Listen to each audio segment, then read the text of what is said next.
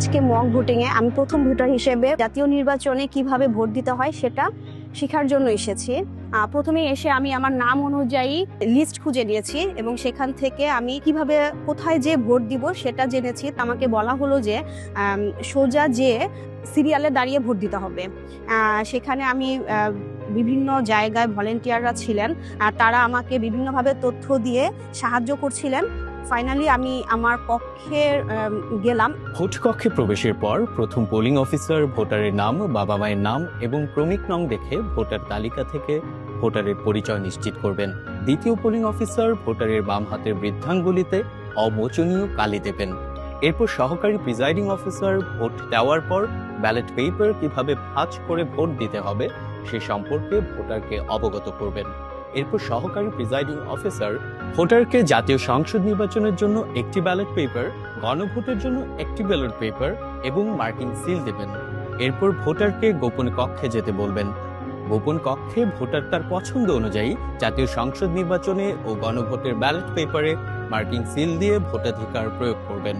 Voter marking seal ব্যবহার করে vote দেওয়ার পর ব্যালট পেপার দুটি প্রথমে লম্বালম্বিভাবে ভাঁজ করে এবং তারপর আড়াআড়িভাবে ভাঁজ করে একই ব্যালট বক্সে দুটি ব্যালট পেপার জমা দেবেন বা ফেলবেন। প্রথম নাম খোঁজা থেকে শুরু করে ব্যালট বক্সে পেপার ফেলা পর্যন্ত সম্পূর্ণ আমার মনে হচ্ছে আনুমানিক 5 মিনিট সময় আমার লেগেছে। ফাইনালি আমার মনে হলো যে আসন্ন জাতীয় নির্বাচনে প্রথম ভোটার হিসেবে আমি সুষ্ঠুভাবে পারফেক্টভাবে আমি আমার ভোটটা সম্পূর্ণ করতে পারবো বলে আমি আশা ব্যক্ত করছি। আমি পোলিং অফিসার ভোটার তালিকার সহিত ভোটারের ছবি, নাম, পিতার নাম, মাতার নাম মিলিয়ে দেখতেছি। আমি পোলিং অফিসার 2। পোলিং অফিসার 1 যখন ভোটার শনাক্ত করেন, এরপরে আমি ভোটারের আঙুলে অমোচনীয় কালি দেই। আমি সহকারী প্রিজাইডিং অফিসার। পোলিং অফিসার কর্তৃক শনাক্তকৃত ভোটারকে আমি ব্যালট ইস্যু করি। দুটো ব্যালট ইস্যু করতে হবে আমাকে, জাতীয় সংসদ নির্বাচনের একটি ব্যালট, গণভোটের একটি ব্যালট, এবং প্রতিটি ব্যালটে আমাকে ক্রমিক নম্বর লিখতে হবে, ভোটারের স্বাক্ষর নিতে হবে, সাথে সাথে অফিসিয়াল সিল মুড়িপত্র দিতে হবে এবং ব্যালটের অপোজিটে অফিসিয়াল সিল এবং আমার অনুস্বাক্ষর দিতে হবে। এভাবে একজন ভোটারকে আমি দুটো ব্যালট ইস্যু করব, সাথে মার্কিং সিল দিয়ে ব্যালট দুটি নিয়ে গোপন কক্ষে তাকে যেতে পরামর্শ দিয়ে দেব। আজকের এই মক ভোট কেন্দ্রের প্রিজাইডিং অফিসার হিসেবে আমি দায়িত্ব পালন করছি।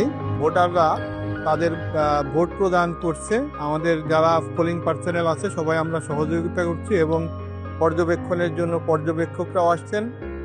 তাদের সবার উপস্থিতিতে আমরা সুষ্ঠুভাবে ভোট গ্রহণ করছি এবং আশা করি আমাদের যে কার্যক্রম আছে সেই কার্যক্রম আমরা সঠিকভাবে করতে পারবো।